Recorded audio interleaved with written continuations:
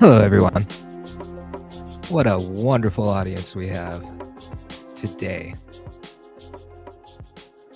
Welcome to the Logos Technical Weekly Update. Everything that is happening and all of the updates on the technical side of Logos is what is covered here on the Logos Weekly Update.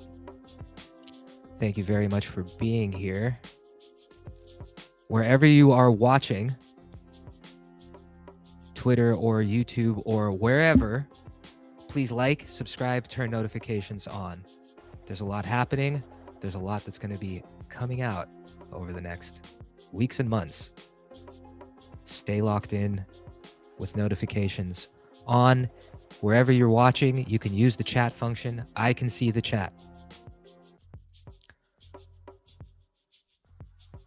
Let me know, give me any feedback if the audio is terrible or really good.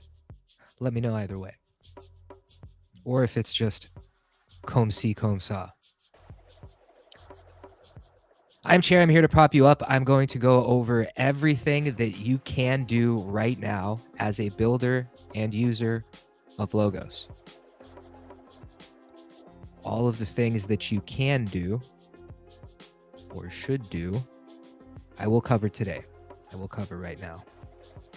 It sounds great. Thank you, Emnol. This is the type of feedback that is very important. I appreciate it. Can you imagine if it didn't sound great and nobody told me? I appreciate it. Thank you very much, Emnol, and the wonderful audience that we have assembled here today. As I just mentioned, I will be going over everything that you can do, and we'll be going down the line. In general, the weekly update is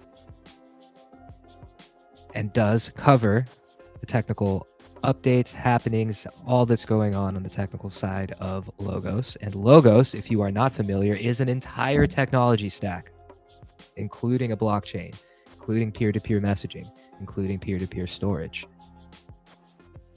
There's a native runtime. Anyone can build modules. Anyone can run any module, either standalone or via Logos Basecamp, which is the native application of the Logos ecosystem. And Logos is designed to run natively on whatever machine it is that you are running and not through the browser.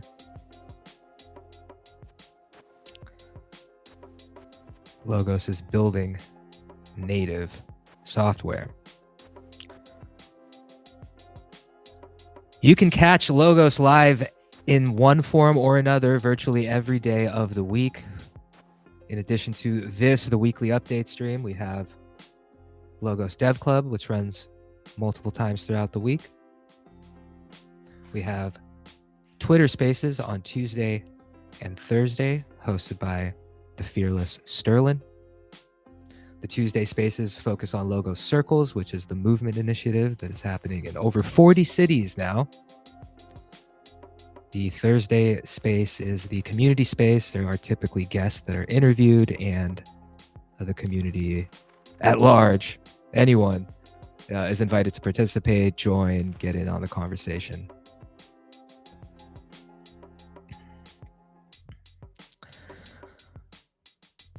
So every day of the week, you can find something happening. Emnol says, could you touch on any known blockchain node issues at the moment? I'm having trouble connecting to the Logos Run blockchain peers today.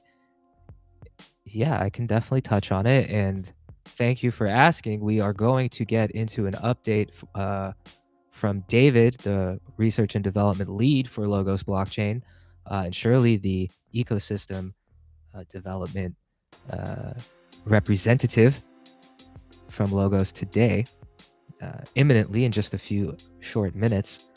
Known issues, well, we can start with that it is a testnet. It is testnet v 0.1.2, so it is purposely being stressed, being, as David will mention, in the upcoming segment, people are invited to attack the chain. So there could be things happening. I would say make sure that you ran the command correctly that initializes the node with the bootstrap peers.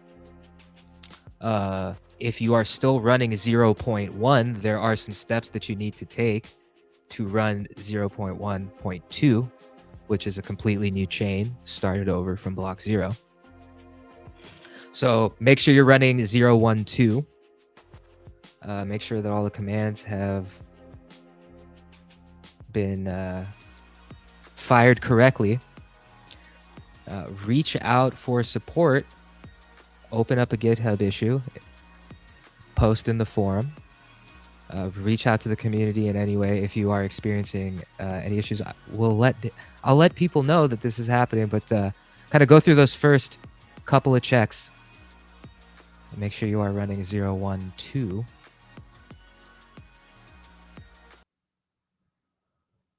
All right, the music got a little aggressive there, didn't it?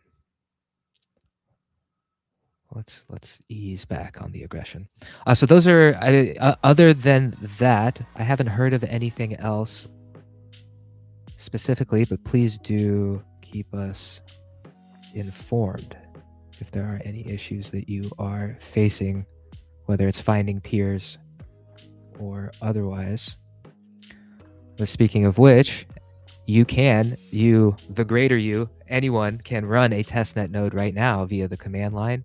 Claim tokens from the faucet. Everyone who does claim testnet tokens from the testnet faucet before this coming Monday, April 27th, will receive additional testnet tokens in a much greater sum than you can just simply claim from the faucet, because, and David will get into it, the stake is sort of flatlined right now, the stake amongst all of the node participants, so they're trying to widen that out. David will get into it more, but if you haven't claimed testnet tokens from the faucet, do so, and do so now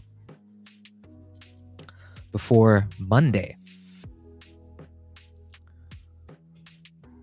A few other things I want to get into. The Logos Builder Hub is live. You can see the URL for the Builder Hub down there, scrolling so beautifully from right to left across the bottom of your screen. build.logos.co is your technical home base for all things technical from Logos. In general, I want to really hammer this home for you. Logos.co and all of its various namespaces and roots is where you should be going to check for updates and staying plugged in the ecosystem. Logos.co, build.logos.co for technical instructions, content, docs, tutorials, workshops, office hours, which I'll get into in a moment. Build.logos.co is your destination. A few of the things featured there are, number one, install Logos Basecamp. It is the native application for the entire Logos ecosystem, and there are a number of core modules that you can run immediately, including a blockchain module, a messaging module, a chat module, some test modules that exist, and increasingly all of the user-built modules that are becoming available as people are starting to ship modules on Logos. So you can run all of them through Basecamp. And as I was mentioning earlier, you can find the instructions to run a node via the command line. All of the instructions can be found there. Links to the docs, links to the workshops and tutorials playlist on YouTube, which is growing. I do encourage you to check it out. Can be found there. Developer support, links, sample applications, and Lambda prizes, which were just announced very recently, and you can right now go to build.logos.co in the Lambda prize section and look for something that resonates with you and something that you want to build on top of Logos. There are a number of prizes, up to 17 at this point, that range from bounties available for building things like a private M event multisig, a private token balance attestation, event logging mechanisms, private document and file uploading modules for a whistleblowing app, and much, much more. You can build on top of Logos, ship a Lambda prize, collect the bounty. All of the specifications, the reasoning, success criteria, the scope of the work, details about the prize itself, which is cashola, straight cash, which is up to $1,200 for some of these Lambda prizes. How the applications will be evaluated, all of it can be found at the Lambda prize section on build.logos.co. You should check it out immediately and begin building.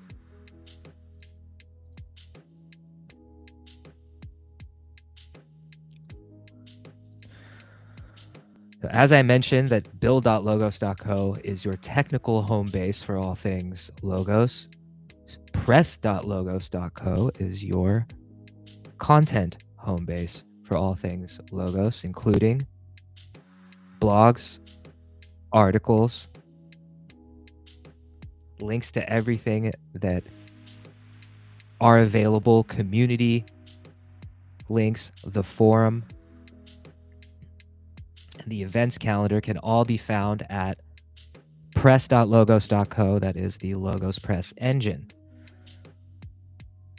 On the calendar that you can find at press.logos.co, the sessions for everything that we do throughout the week can be found, including office hours. This Friday, office hours are 12 p.m. UTC, 1 p.m. UTC, 6 a.m. Pacific time if you're on the west coast of the United States or Canada. That is where you can talk to Logos technical core contributors directly. Office hours are every single Friday. I highly recommend that you take advantage of them as they are available now. Go to press.logos.co, the calendar section. Go to any Friday, but this coming Friday, the 24th, and you can find the link to the session. Also, a small note, the community space that's regularly on Thursdays, this week will be on Fridays. And the guest this week is Free Max. Free Max on Twitter will be the guest. So that is office hours via the calendar on press.logos.co. And in general, the Logos Press engine is your content home base for all things Logos. There is a ton of stuff, and I mean a ton of stuff. The articles dating back 3 and 4 years, action in the forums dating back that time span as well, both research and the development forum. Forum.logos.co. You can find it via the press engine. There is a lot happening, and you can keep track of everything at logos.co, build.logos.co, press.logos.co.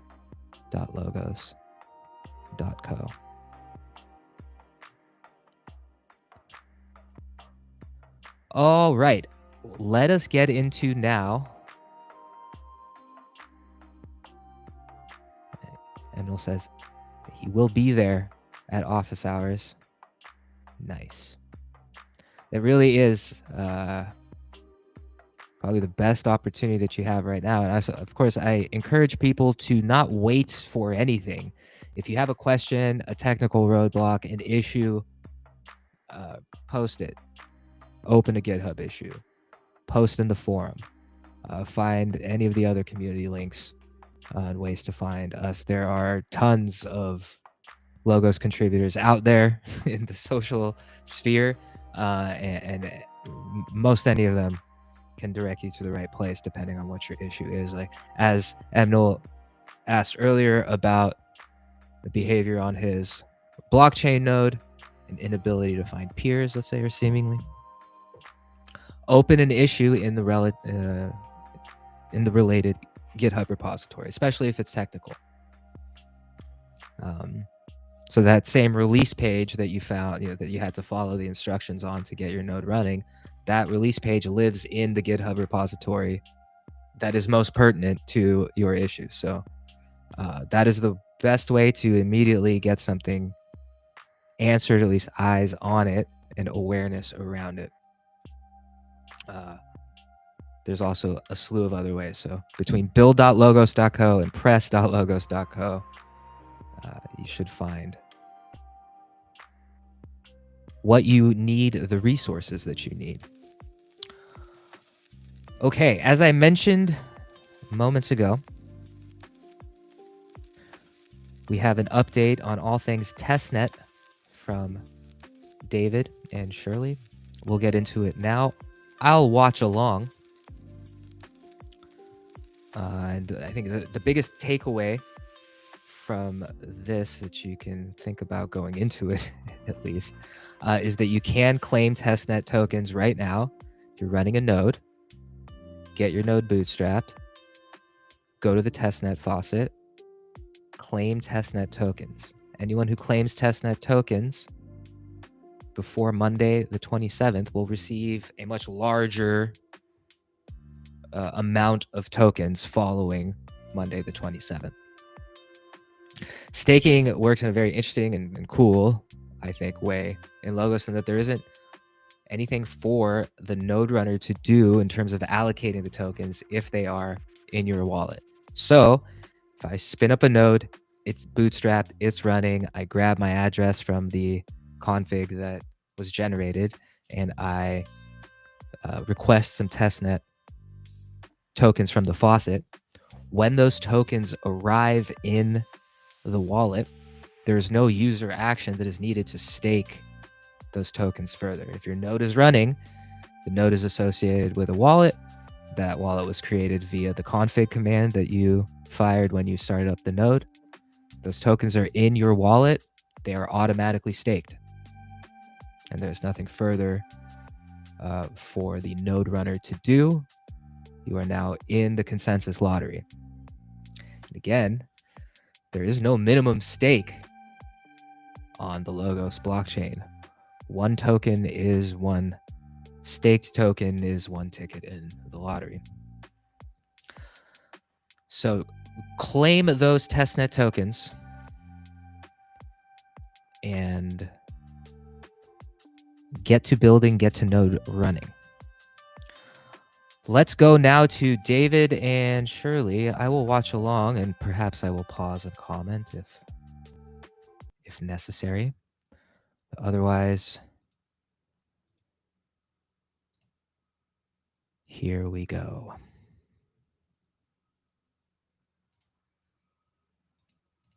David Russo, lead.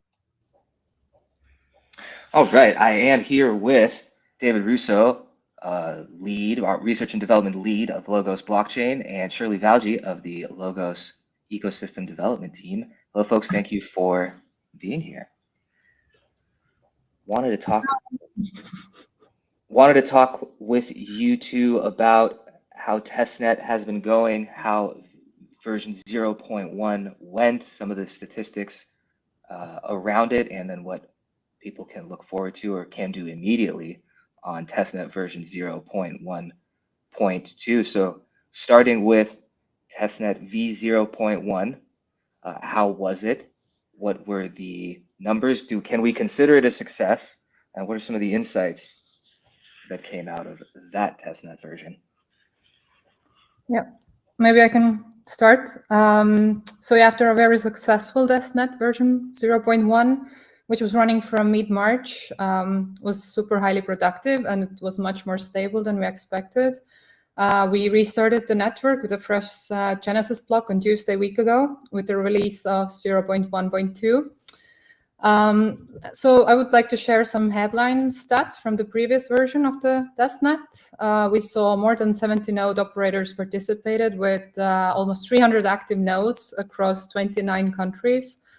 We had block times which were super stable, and the network maintained an average block time of 19 seconds, which is in line with our expectations, accounting for network inefficiencies. And the last version of testnet saw a total of 222,000 transactions over its lifetime, with 170,000 transfers, with 55,000 blocks with transactions, 52,000 inscriptions, and nearly 4,000 faucet transactions. So we could say it was pretty successful. And we thank all the node operators that participated in the previous version. And I hope you will stay with us in the upcoming versions. Yes, so version 0.1 has concluded now. It is completed. We are the numbers were reset. The block height was reset back to 0, and version 0.1.2 started. So as 0.1.2 is now running, what are you, David, looking to accomplish, and what kind of insights are you looking to gather from users on this next or latest version of the testnet?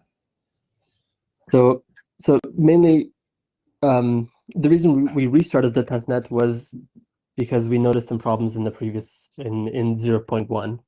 So namely, bootstrap times became very long towards the end, something around 48 hours to bootstrap, and secondly, we had some very noisy logs that was leading to disk space filling up and corrupting databases, and so it was just kind of a mess from that point of view. But the chain itself, the nodes that managed to bootstrap were stable. The chain never halted, despite some big spikes and some node operators trying to attack the network. We managed to sustain and not fork, and kept the network was healthy.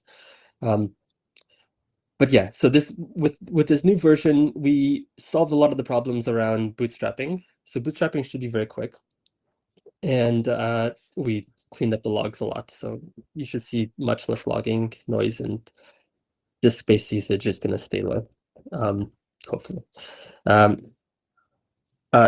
Beyond that, we want to push the network a bit more. So we started the network on, I think on the 13th, is it? Yeah, on April 13th. No. And sorry? Tuesday week ago? Tuesday, yeah, Tuesday last week. And yeah, so we've been having a steady increase in node operators since then. But the stake is still highly centralized in the core nodes that we are operating inside of Logos. And so we'd like to distribute the stake a little bit across the node operators. And so this is what we're going to do in the next week or so. Aha. So the objective now is to distribute the stake more widely across more operators. So currently users can, once you get the node up and running, you generate your user config, which has a few addresses that you can use to claim tokens. You could take that address and use it in the testnet faucet, which does distribute some tokens out. That is currently what people can do. There is a little extra, perhaps a disbursement that might be coming to people that claim those testnet faucet tokens over the next few days. Yeah. So let me just pull up this chart here. Can you share my screen? Here, so these are the node operators joining the testnet since the beginning of the network. So we have so these are the number of unique peers that are currently active. So we're something around 50 unique nodes that are currently running. But if you look at the active stake, it remains flat since beginning of the network. So this is partly because of how the faucet operates. It's a very slow trickle of funds. And it's very difficult to get accumulate a large amount of tokens in our faucet implementation. So what we'd like to do is to do a little next week. So anyone Extra who distribution. requests tokens from the faucet by Monday will receive an up of a more substantial amount of stake in the following days after Monday. They will receive an extra distribution of testnet tokens following Monday. And this is to spread the stake. So this 400,000 tokens, most of this is centralized inside of the nodes that are run by Logos. So we'd like to make the portion of nodes that are running it, the Logos nodes, be a minority fraction of the total active stake. We'd like most of the stake to be owned by the node operators in this testnet. Perfect. So what people need to know immediately is that they should run a node via the command line, and they can find how to do so below in that wonderful URL scrolling across the bottom of their screen, build.logos.co. You can find instructions on how to run a node via the command line, and anyone who requests testnet faucet tokens by Monday, and that would be Monday the 27th, will receive a testnet token Extra distribution. following that Extra Monday distribution. the 27th cutoff. And that, to reiterate one more time, those are testnet tokens that will be aired for the objective of spreading out the stake across more nodes than just the Logos core nodes that are being run at this time. Did I get that right? That's right. Testnet tokens. And also, please come and break our network. Do your best. Do your worst. Break the network. And hopefully, if we give you more tokens, that'll give you a bigger chance of trying to break it. So far, it's been very stable. So if you know. Well, that's the call to action there, folks. Come try to break the network. You heard it here. Things are too quiet and too predictable, and we need a little bit of chaos. So do your best, and most importantly, claim those testnet tokens from the faucet before Monday or by Monday the 27th, and you'll get an even larger amount of tokens subsequently to follow. Anything else that people should know at this time, David and Shirley? Testnet version 2.2, 0.2, which we're heading towards to. I don't know if people are interested. The features it will support. I'm sure or it's too soon. Yeah, we can talk about that. Yeah, so we're working towards in the background. We're working towards testnet version 0.2, and that's going to support bridging of your tokens from the L1 up into LEZ and back, and decentralized sequencing. So this will let you do decentralized sequencing for your L2 enforced by the L1. This is something that'll be quite unique to Logos blockchain, and we're excited to ship it. Very exciting. So testnet 2 will begin this. That'll be the first time that people can interact with zones, or I guess more deeply interact with the concept of zones and or L2s and how that will exist within Logos. That is very exciting. As well as Blend Network. David forgot Blend Network. Right, sorry. And Blend Network as well. Yeah. So we have another anonymization network that hides the block proposals. And so we will be shipping Blend Network as well in version 0.2. If you could talk for just a moment about the Blend network and the function that it serves within the wider Logos ecosystem, like the Logos blockchain uses cryptarchia for consensus and in combination with Blend. So if you can talk about what the role and the purpose the Blend serves within the stack. Sure. Yeah. So what we're trying to do with our proof of stake protocol in Logos blockchain is to provide a private proof of stake protocol. This is something like the closest analogy is something like Bitcoin, where you don't know how much hash power some node has, right? You just see that he produced a block.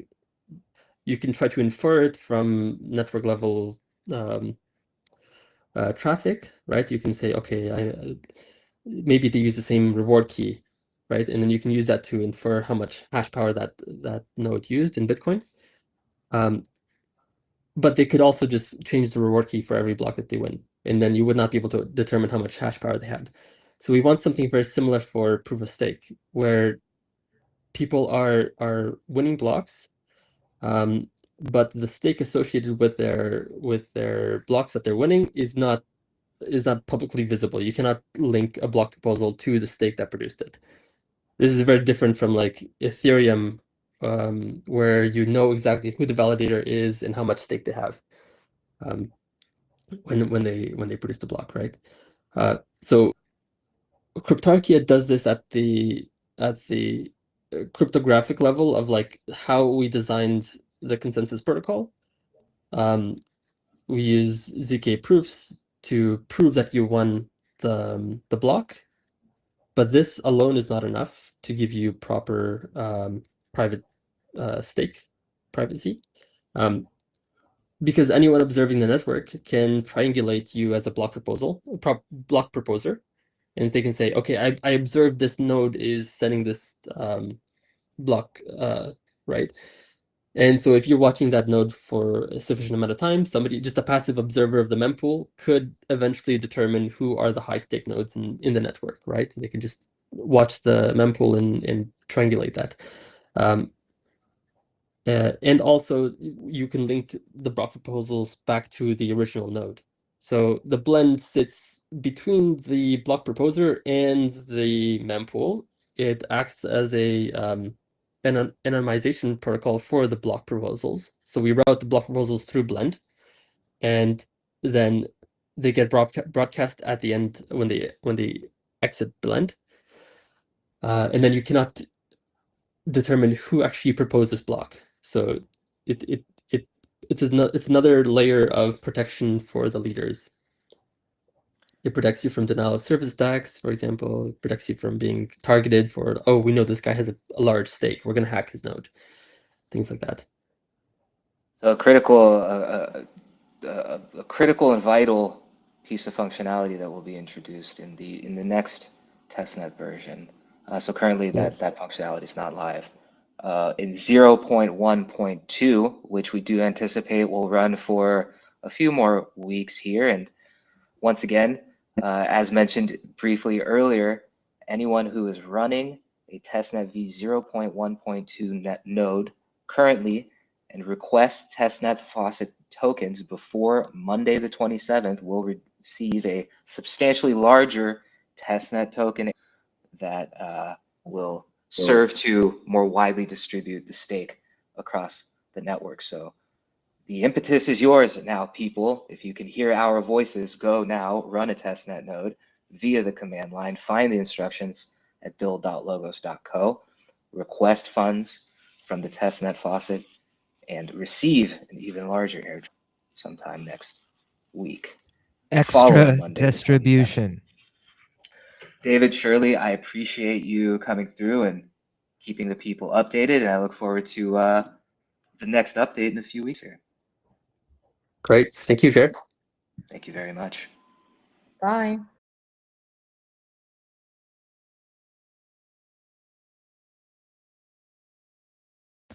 There you have it. All the updates surrounding testnet 0.1, the numbers, the outcomes, or the outcome, And now 0.1.2 is live. Go claim your testnet tokens. Run a node and claim those testnet tokens. And you heard David. Attack the network. Run it straight down the pipe.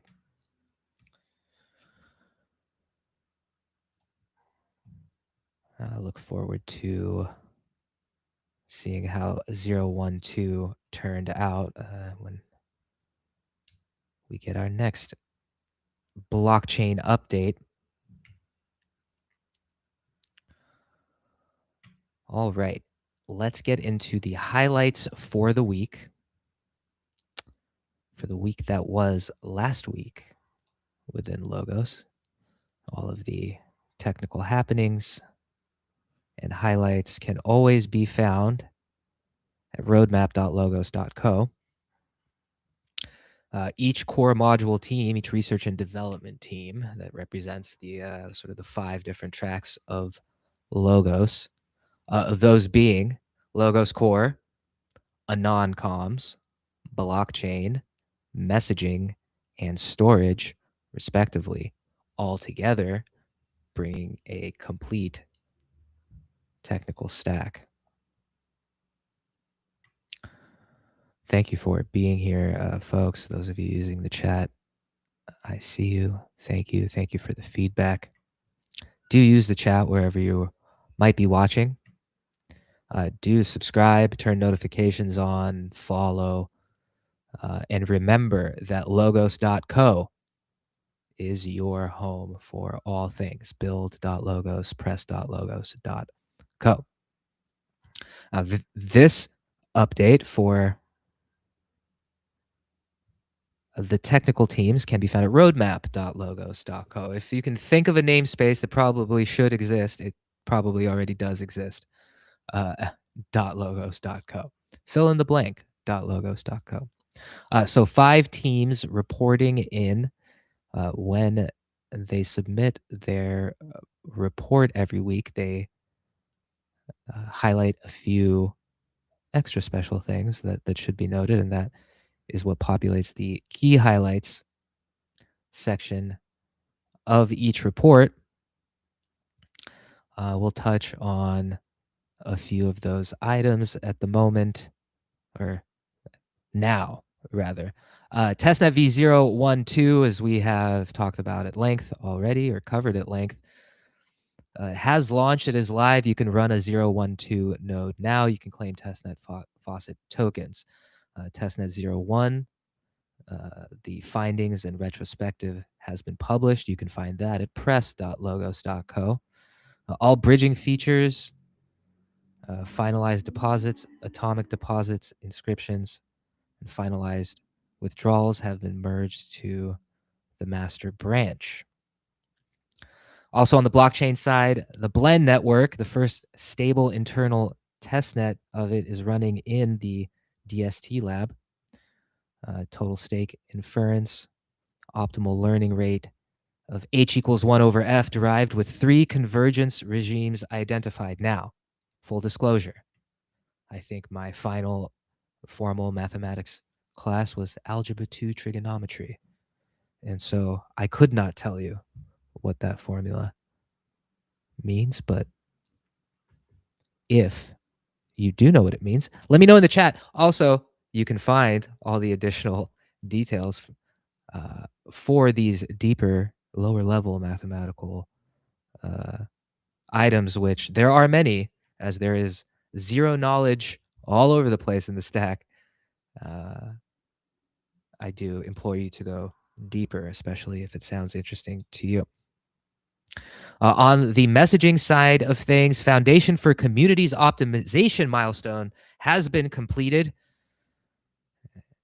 Manual sharding has been reverted in status go, and the first SDS repair implementation landed in NIM SDS. SDS is the store service that messaging uses, and NIM is the preferred language of some Logos core contributors. People also like Rust, as far as I can tell. On the non-comms side of things, a new rate-limiting nullifier membership allocation protocol is ready for merging, and a working proof of concept of Logos chat module using the protocol to receive a membership and communicate over Mix is ready.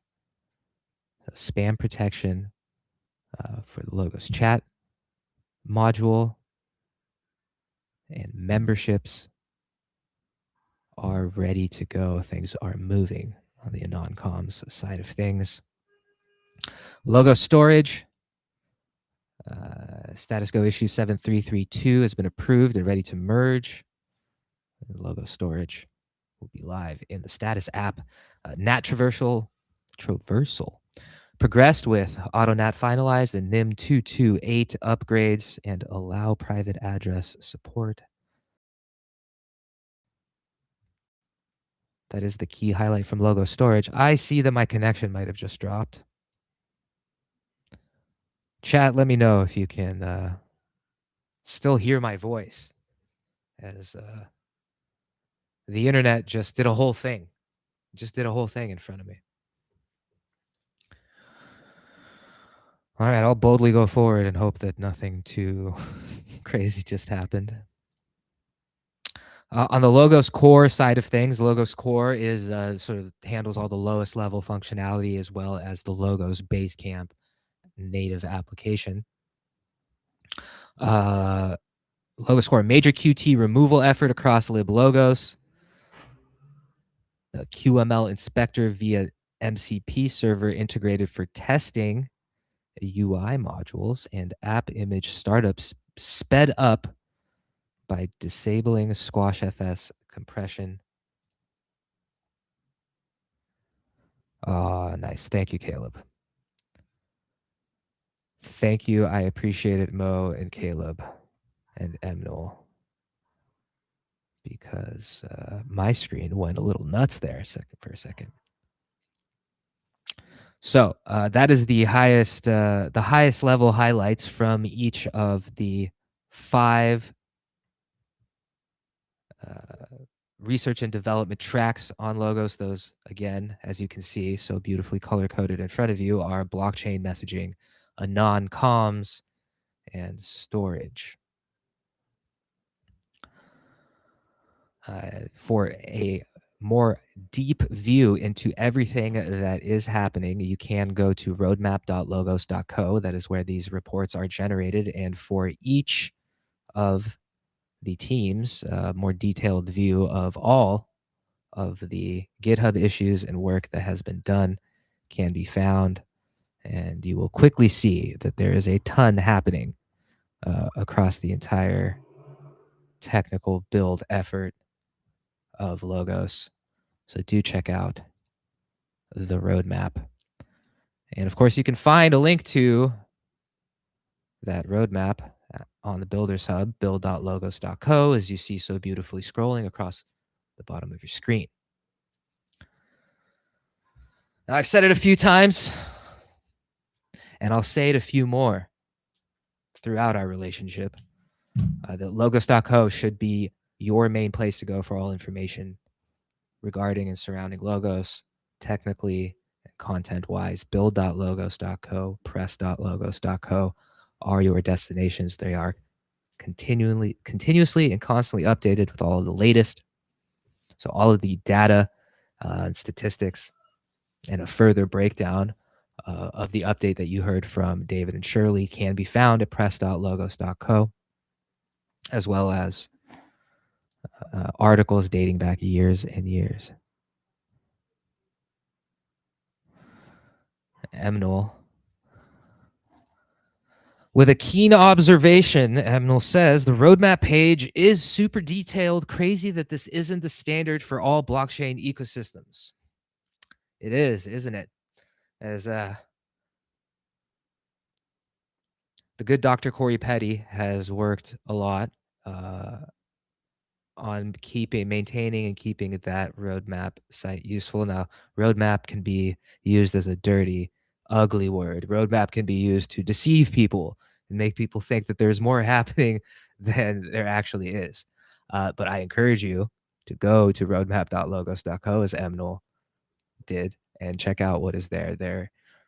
All of the evidence of the very real nature of what is coming at you, what is already live on Testnet 0.12 and the Logos Basecamp native application. Everything that is coming and everything that has already been done can very easily be found. Everything that Logos does, sorry for yelling, but sometimes I yell. Everything that Logos does is 100% open source. 100%. Everything. And all of it can be forked and used and researched and can inform whatever you want.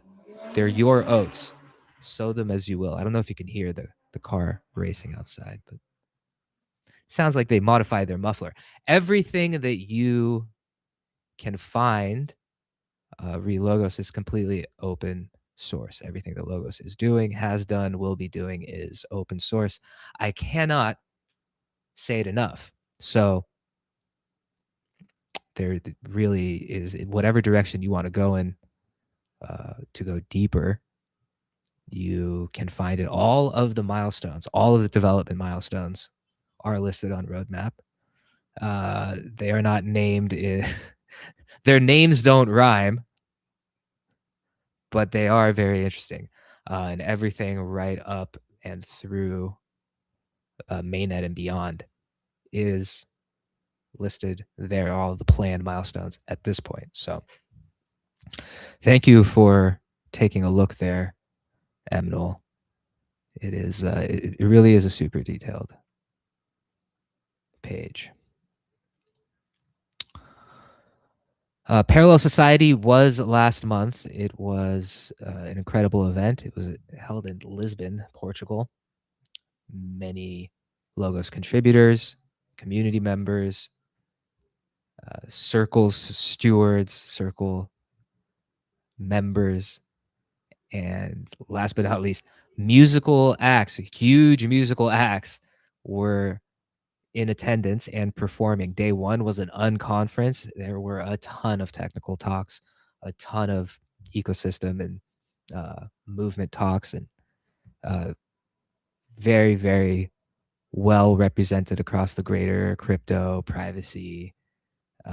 and privacy ecosystems, as well as the founder of archive.org, the founder and maintainer of archive.org, gave one of the keynotes. And one the very last talk of day one was closed out by one of my favorite public speakers, Amir Taaki. And he spoke about privacy. He spoke about the times that we live in. He spoke about DarkFi, the project that he has been contributing to, and I think the founder of, one of the founders of. It is very good, and I would like to watch it together with you right here, right now. So that is what we will do. I might pause. I probably will pause here and there and along the way, as there's more than a few things that Amir said that resonated with me. All of these talks, the one that we're about to watch, and all of the unreleased stuff that will be released very soon will be on the Logos YouTube page. So go ahead and subscribe if you haven't yet to the Logos Network on YouTube. But without further ado, let's watch together Amir Taaki at Parallel Society. So, about myself, you know, one of the co-founders of Bitcoin, 20 years free software development, focus on privacy, you know, CoinJoin, also, you know, anarchist activism. You know, I was a guerrilla in the Syrian civil war. Anyway, so this talk is... Yeah, he just kind of mentions that and moves on. Guerrilla in the Syrian civil war. Wow. About DarkFi, project I'm working on. And DarkFi is a stack to do everything. You know, it's like we have created a system where it's like where we have the world's first and fully anonymous DAO, the world's most private P2P chat, anonymous DEX, anonymous payments, and a lot more stuff. And like, why do you need these things? Well, imagine that you live under an authoritarian regime like North Korea, and you need to buy drugs online for your gender-affirming care. That's where DarkFi comes in. And everybody else is too much of a pussy. Yeah, the man is advocating for gender-affirming care to North Korean citizens.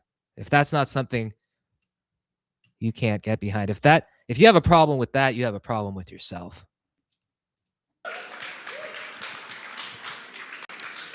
And this is not just theory. Governments realize the danger of people using agorist trade to build parallel economic networks outside their control. It's why they're putting devs in jail, like the Tornado Cash, etc.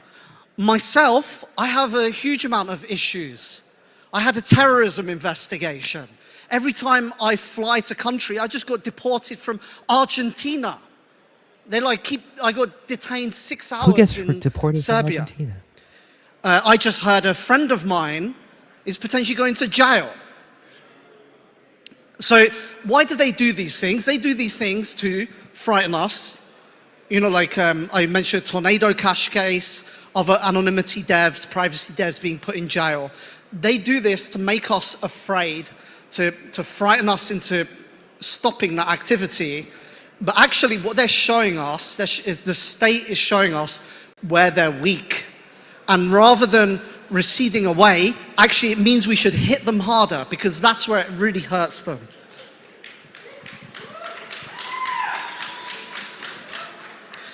And the reason why I like code is because, you know, I can get very spiritual here and start talking about mathematics and cryptography as magic spells and so on. But the fact is that code is irreversible. Once you put code out there, or you put a piece of technology out there, it exists forever. For example, 3D printed guns. That tech exists forever. The state cannot stop it. It's over. It's a permanent change encoded in the DNA of society. And we're now living through a transitory period, the setting of the formerly glorious era of the sun, and there is a coming dawn era. And this era will be a long night, and those that prosper will be those that follow the lunar deity, because the moon illuminates our path and allows us to walk the night. We're going to simultaneously see the breakdown of this global world order. We're going to see civil war. We're going to see increased authoritarianism. States in their areas of control are going to increasingly try to integrate. And,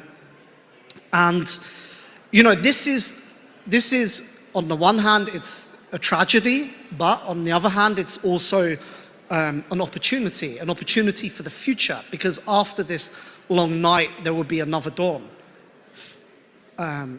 And so what we need to do is we need to tap into a network, a big network, an underground movement, and we need to mobilize those people. And I'm a technologist, and so I am seeing things through technology, and we need, and we can use this for, we can use this to mobilize and, you know, draw out the true rebel spirit of crypto. Our project, it's called DarkFi. Where does that name come from? In 2013, there was a report by the director of the FBI called James Comey. James Comey, he said that new encrypted technology, cryptography, threatens to create a dark space on the internet, a space where law enforcement cannot penetrate. And he called this the going dark problem. And that's where DarkFi gets its name. And we had a project in 2013, it was originally called Dark Wallet in 2013. You know, there was even a report by the BBC and by the European Central Bank that ISIS was using our wallet. And so that's why my lawyer says, thank God you didn't release that wallet, because you would have gone straight to jail because you were advertising it as a money laundering tool. DarkFi is not a money laundering tool, just to make that clear. But there is also there's also another thing that's happening now. Oh yes, I forgot I have slides. I don't even know what my slides are. Okay. They're just random images that I put. So I like that meme, because there's been a lot of doomerism, and everybody's like, there was a point where it was like, everybody was like, shit's so fucked up. There's no hope. I give up. But like recently I've been feeling a wave of optimism where people are like, there is a chance to change things. So, and then there's another cool image, showing the lunar punk agorists, the decaying global order. Let's see what else I've got here. Oh, that's a fucked up thing. But okay, this is interesting as well. I just don't know where it fits in my text. But okay. The sovereign. Just be very quick. Actually, he said I can go as long as I want, so maybe I should go fully into it. But you might get bored if I get too intellectual, so maybe not. Anyway, let's see. But basically, eras are defined by a logic of violence. The logic of violence is how violence is used on societies. And in the industrial era, the logic of violence was that capital was, if for example you had a factory, the factory would it could be taxed, the workers could seize the factory, and so a lot of kind of politics in that era was about how do we rally people behind like a political vision. You see it, for example, like in how the logic of armies in the rise of the era of industrialism, as we shifted from the feudal era, where the feudal era was about having having armies based off of fealty, chivalric codes, different banners, because war was very expensive. You needed a lot of equipment to wage war. But with the invention of firearms, that all changed, because suddenly it became about conscription, mass conscription. Society, and this is where you get notions of citizenship.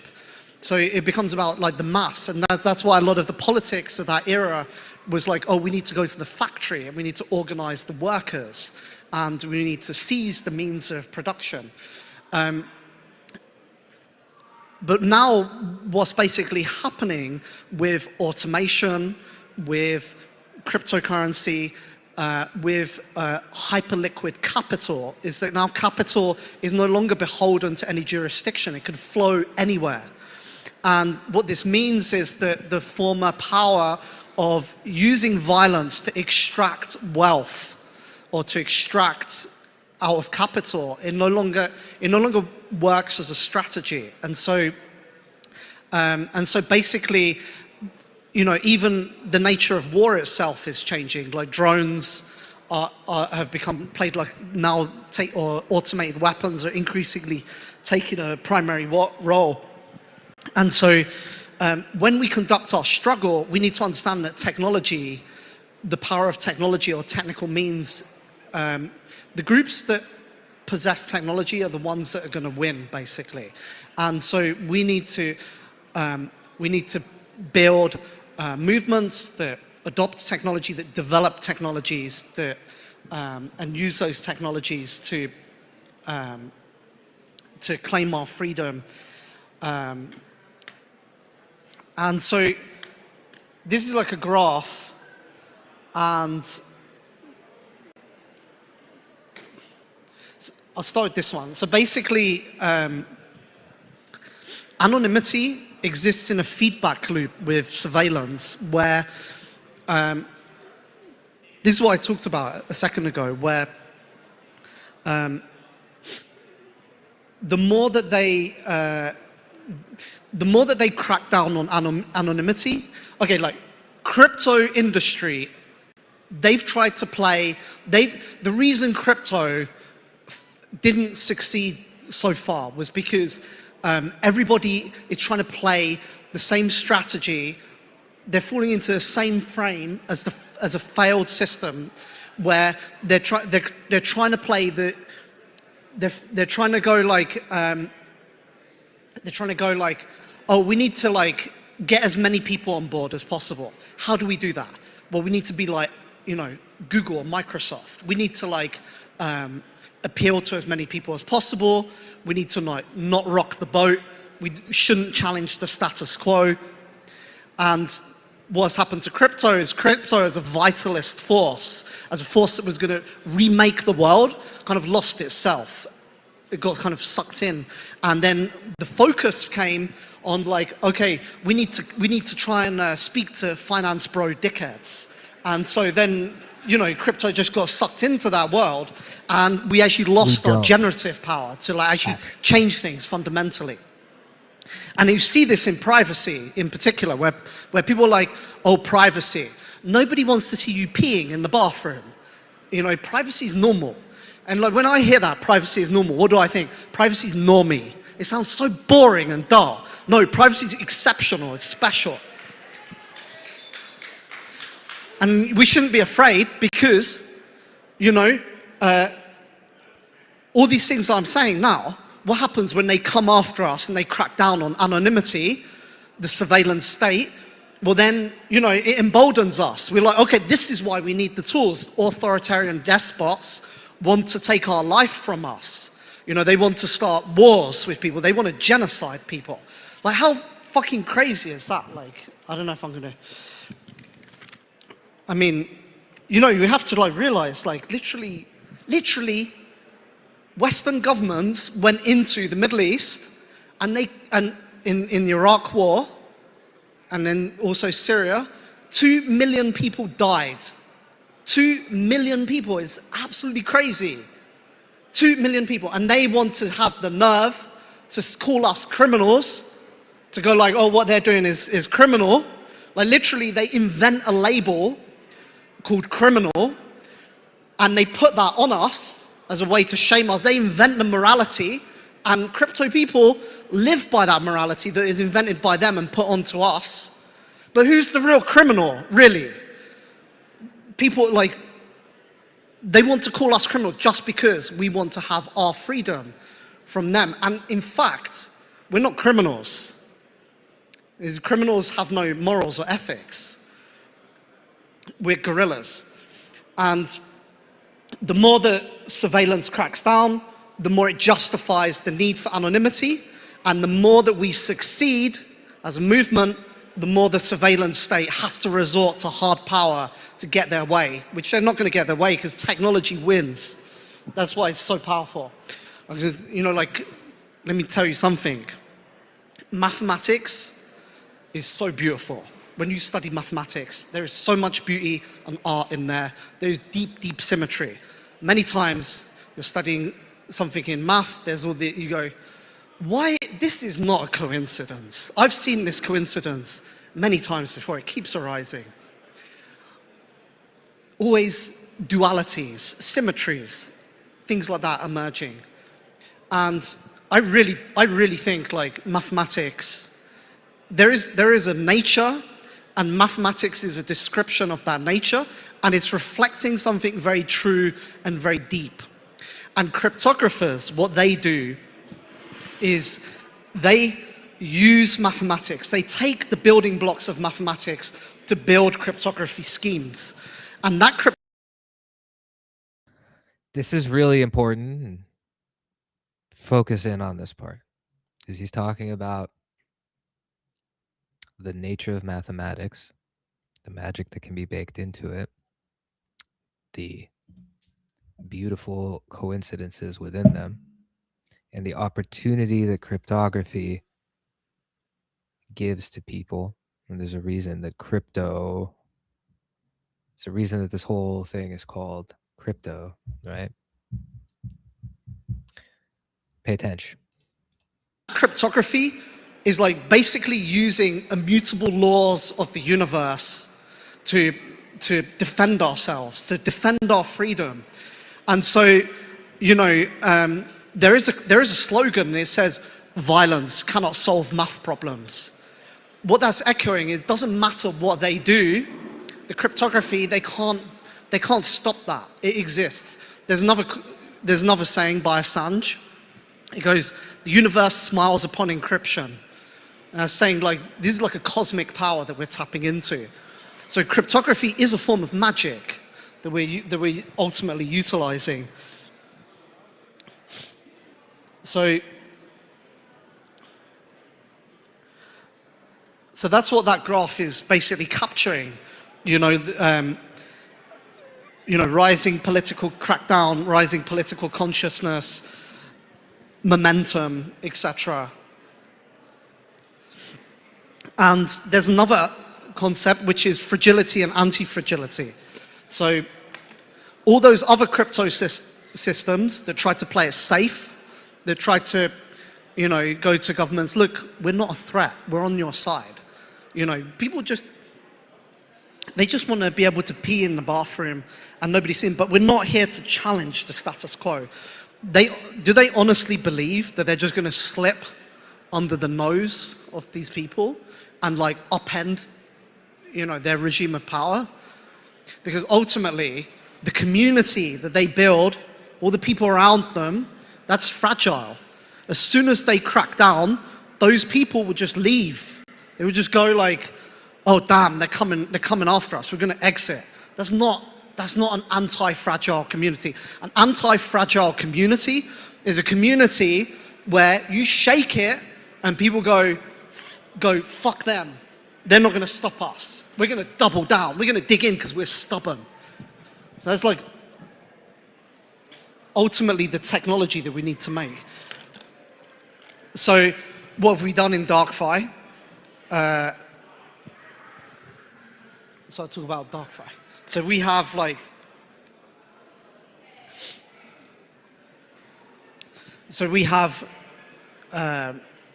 I mentioned the anonymous DAO. So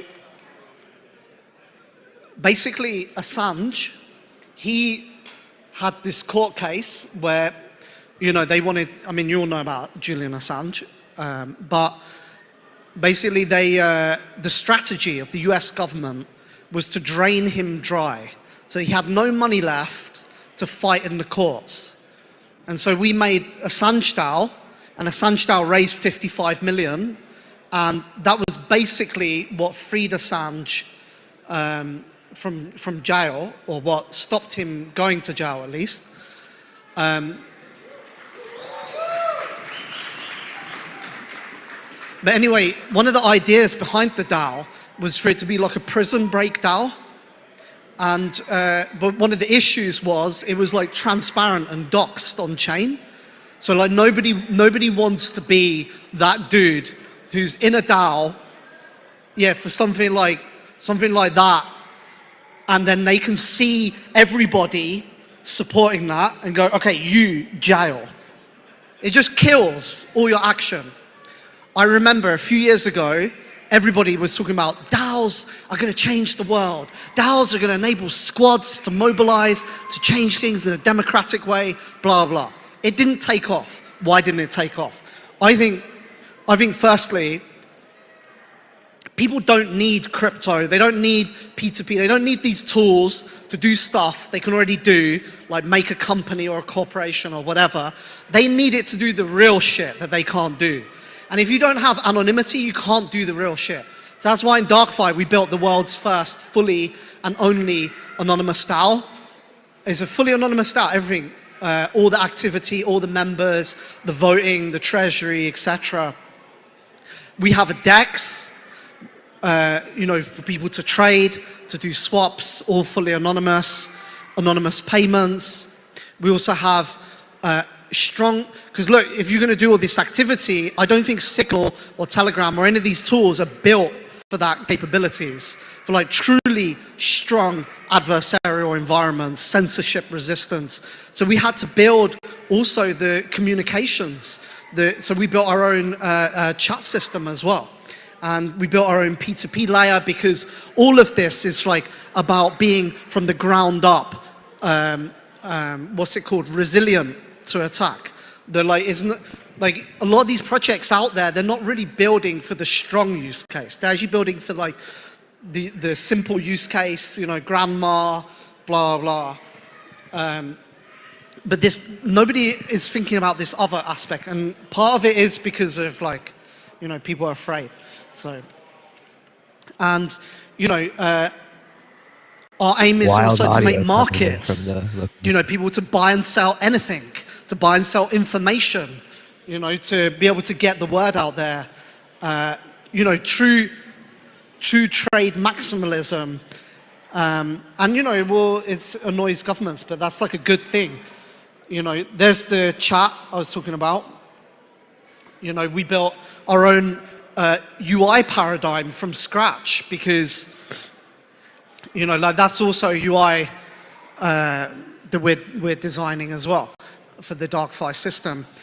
You know, what happened in crypto is Silicon Valley has a logic. Silicon Valley logic is you are the sheep or cattle, and they have to get as many of you as possible into their farm. They have to enclose it, and they have to tax each of you. Each one of you represent a little bit of profit for the corporation. And when something goes wrong, you're beholden to that corporation. There's nothing you can do about it. You know, they alter, and so they are designing software that is adversarial to people almost. Like the main concern is not about you being productive or you building a better society or better. It's for you to spend more time on their products, just to create more profit for them. And you can see that in social media, how it's designed. It's not designed for you to be efficient at locating information, educating yourself. It's designed to waste as much time as yours as possible.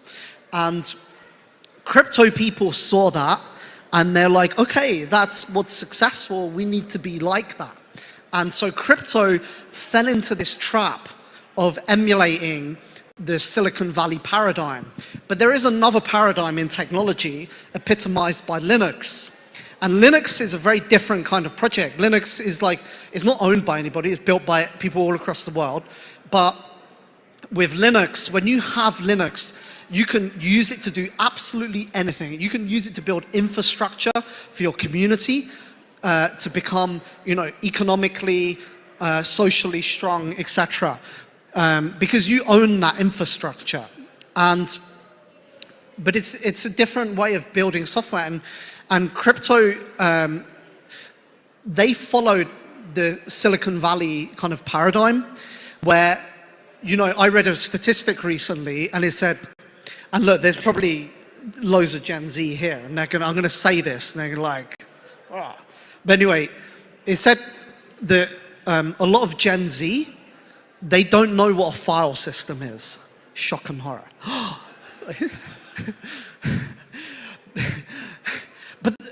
Or Gen Z, a lot of them don't know how to use a printer. They go into workplaces, they don't know how a printer works. I see you, Gen Z. I see your faces. You don't know, do you? Your file system? Because in the Mac, that's by design. It hides it from you. It hides it from you because they're like, oh, it makes it nice and simple. But it actually is making you stupid. It's making you disempowered.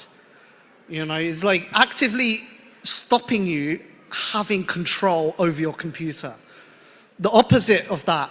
And so that's, you see it in the UIs as well. The UIs, tons of white space, like really ugly, big. Really important point here. Like as Amir talks about granularity and the ability to control any part of the operating system, and what Mac does specifically to take that out of your hands in the name of convenience actually makes its user base progressively more dumb. That concept is very much not adopted in Logos either, as I think he's drawing the connection to DarkFi. It's very similar in Logos. You can build modules using any piece of the Logos stack. You can integrate any piece of the Logos stack into whatever technology you're building. There is no gatekeeping in that way. This should give developers a very large amount of options about what they can do, how they can extend, how they can integrate Logos, how they want their users to interact with Logos features, etc.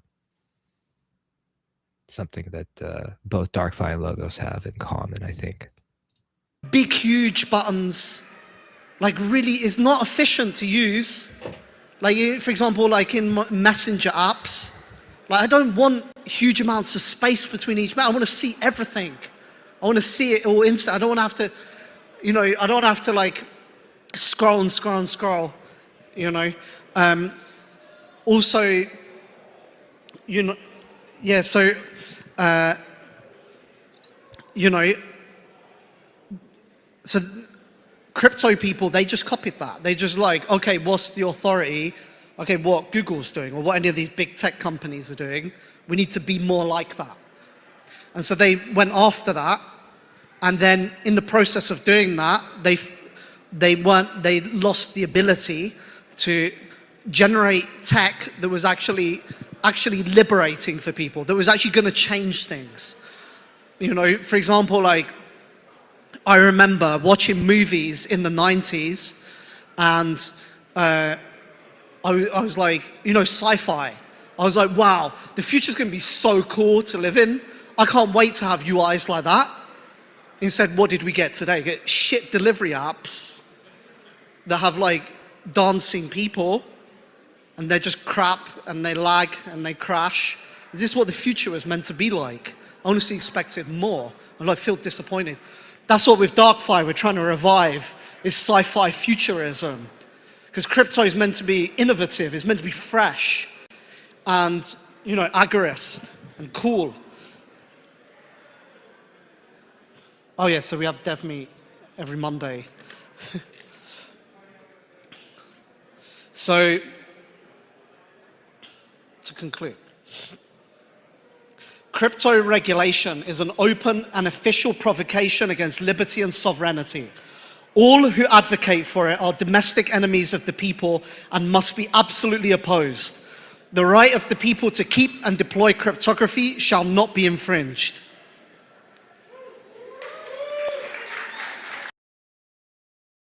Boom. That was Amir Taaki at Parallel Society, March 2026. Parallel Society was a 2-day unconference. We're going right. Hello, I am Chair. I'm here to prop you up. I am. Give me a moment. Parallel Society was an unconference and music festival. 2 days. Day 1 was the unconference. Day 2 was the music festival.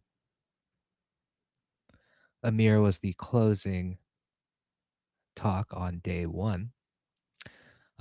Many more talks will be coming out in the coming days and weeks from Parallel Society. All of the artist performances will be coming out on the Logos YouTube page from Parallel Society. So much more to be seen and heard and digested from that incredible event that happened last month. If things line up right, it's going to be pretty interesting for the next Parallel Society in March 2027 with timelines and whatnot. This is the Logos weekly update. Thank you for being here. Thank you, those of you who are in the chat, staying active. I do see you. If you have any questions, let me know. You'll never hear ideas like Amir's at an ETH conference. Yeah, you know, it's and that is sad. And you know, Amir is an early ETH contributor. He's an even earlier Bitcoin contributor. He's someone who's dedicated his life to these technologies and contributing towards them. And I happen to think that what he's saying isn't very radical. It's kind of there's a lot of common sense, I think, in what he is saying. But these days, it's a little more radical. The Logos Weekly Update is your technical update stop every week on the train that is life. We are live virtually every day of the week, broadcasting one thing or another. Mondays are Logos Dev Club. We typically have at least one Logos Dev Club session a week, if not two. Tuesdays and Thursdays are the Twitter Spaces. Tuesdays are the Logos Circle Spaces. Thursdays are the Community Spaces. Follow Logos Network on Twitter. We have this weekly update, this technical weekly update stream every week. And anytime that there is anything to go live with or inform you with, we do go live or put something out. Very recently, I think earlier this week, or end of last week, we put out this Logos Tech Stack Explained video. This goes through everything that you can do right now on Logos. Things move so quickly that we released this on Sunday, I think. And it's Wednesday, and there's so much more information now. That's how quickly the world moves. That's certainly how quickly crypto moves. And that's how quickly open source development moves when you have 200 some odd contributors contributing. So things are moving. We'll watch along here. You can find this video on YouTube at the Logos Network YouTube channel. Is there a page to view current milestones and priorities? The various repos like storage, node messaging, etc. Roadmap. Roadmap.logos.co. Click on the module storage, for example. You can see all of the milestones there. You can see all the deliverables for each milestone, the related GitHub issues for each of them. Priorities, you should be able to derive, if it's not labeled explicitly, you should be able to derive it based on one of the GitHub issues. And since you are going through it, Emnol, let me know. I'm at very comfy, VRYCMFY, on X, or you can find me in any of the community locations for Logos or the forum or really anywhere. If there's anything that's not clear, call it out. It's priority or clarity on details or implementation plans, whatever, let me know. But roadmap, you go into one of those 5 teams. Messaging, storage, you'll have weekly updates there. You'll have the milestones and all of the deliverables for each milestone. If you combine all of those together, you'll have a very good sense of what's going on. You add it to the context of an LLM query, and it should quickly put things together even better. But I'm very, very curious specifically. I'm like, is what you're looking for specifically actually there, or is it easy to find? And if not, please let me know, because that is very important at this time. All right, let's take a look at this video, which you can find the Logos Network YouTube channel.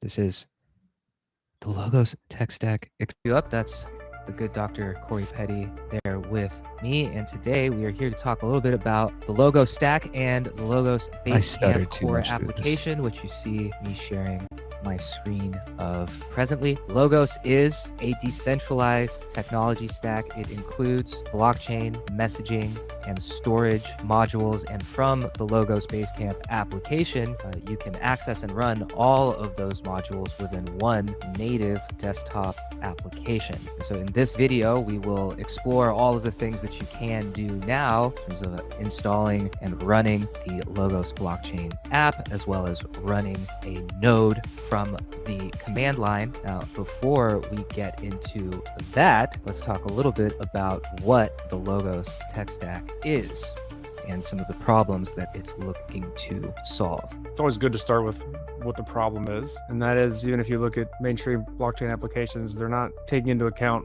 the rest of the tech stack when building applications. They get a portion of the way there by giving you decentralized and resilient consensus, which you can build things like business logic off of and adversarial networks. But every time you try to build a full application, you end up using a bunch of other centralized infrastructure to then package it all together, which then in a lot of instances removes all the properties you wanted to get in the first place. And so Logos is an attempt to build an entire tech stack from the ground up, such that when you build a decentralized application or a resilient application, one that can't be tampered with or taken over, can't be surveilled, you want to make sure that all the pieces that you're using are in the same place and providing the same guarantees, or you know when these guarantees are being given up. And so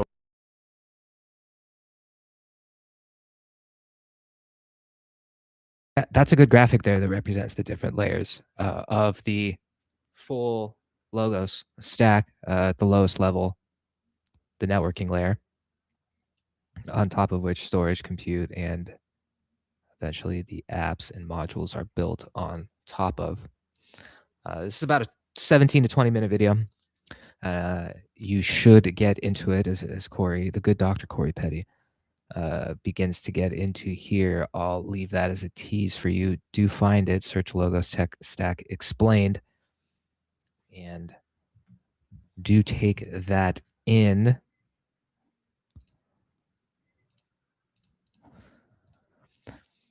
Go to and bookmark build.logos.co. That is the Builder Hub. That is your technical grand central station for all things Logos technology. Running, using, contributing, building on top of, most importantly, building on top of Logos starts at build.logos.co. That's not the view. That's the view. Among the things that you can do and find at build.logos.co is download the Logos Basecamp application. It is the native app for the entire Logos ecosystem. Anything that is built can be turned into a module on Logos Basecamp or run as its own module. And again, Logos is a tech stack that is designed to run natively on whatever machine you are running and not accessed via a browser. You can find the instructions to run a node via the command line interface earlier in this program, which you can look back at if you are just joining us.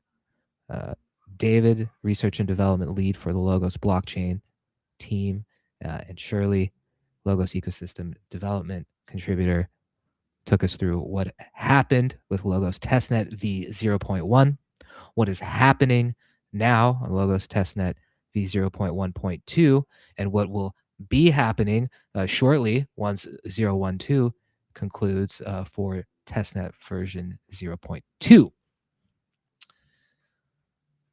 One thing that is happening right now is anyone and everyone who claims Testnet tokens via the faucet before Monday the 27th will receive a much larger distribution of tokens, Testnet tokens, following Monday. So you go to build.logos.co, which you can see so beautifully scrolling across the bottom of your screen from right to left. There you will find instructions to run a node via the CLI. You will follow those instructions and run the node. You will go to the testnet faucet, enter the address that was generated for you in the config for the node. You will claim testnet faucet tokens. 1,000 will stream to you at a time.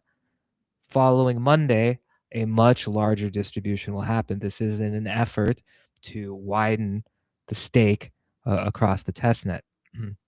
As David urged people, and I urge you now, try to break the network. That is the point of these test nets.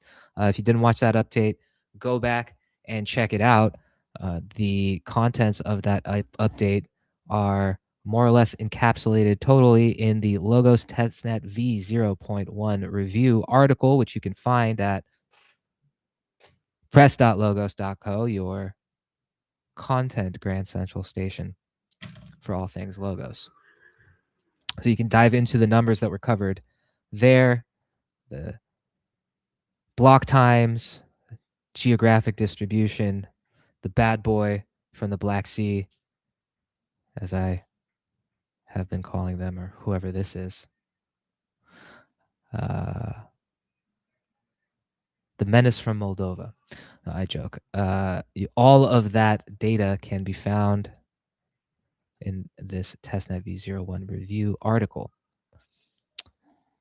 I think that concludes our business for this session, folks. I do appreciate you hanging out. If you are a developer looking to build on top of the Logos tech stack, you should go immediately to build.logos.co. The Lambda Prize initiative is live. What that means is there are a number of issues, as you can see there, that you can pick up now, ship, and get paid. These are all necessary ecosystem features that any blockchain crypto ecosystem needs, certainly one that Logos needs, that the community should be building, and it is incentivized in the form of bounties for you to build it.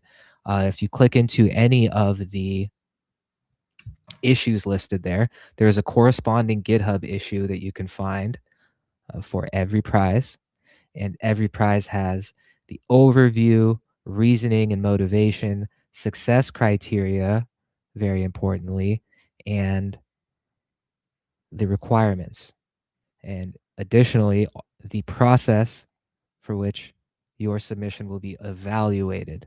So everything is as clear as it could possibly be. Expectations, specifications, requirements, review process, the reward that you will claim if you follow the rules and walk your bike.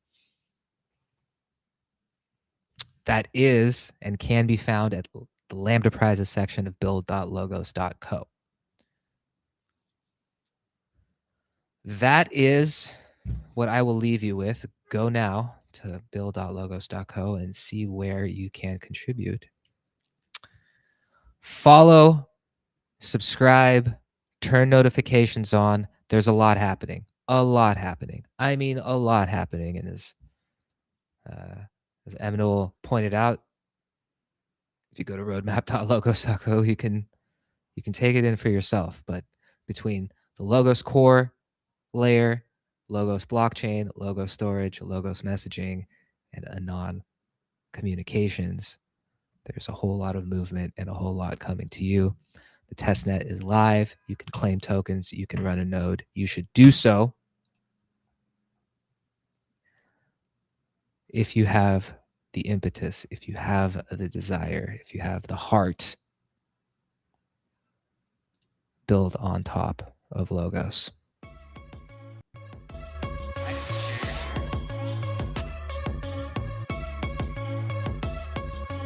Very soon, we are live virtually every day of the week. You know where to follow. You know where to find. And so I leave you for today, but only for a short time. Todo es mentira desde el mundo, todo es mentira, la verdad. The world is a lie, that lie is the truth. Mahalo.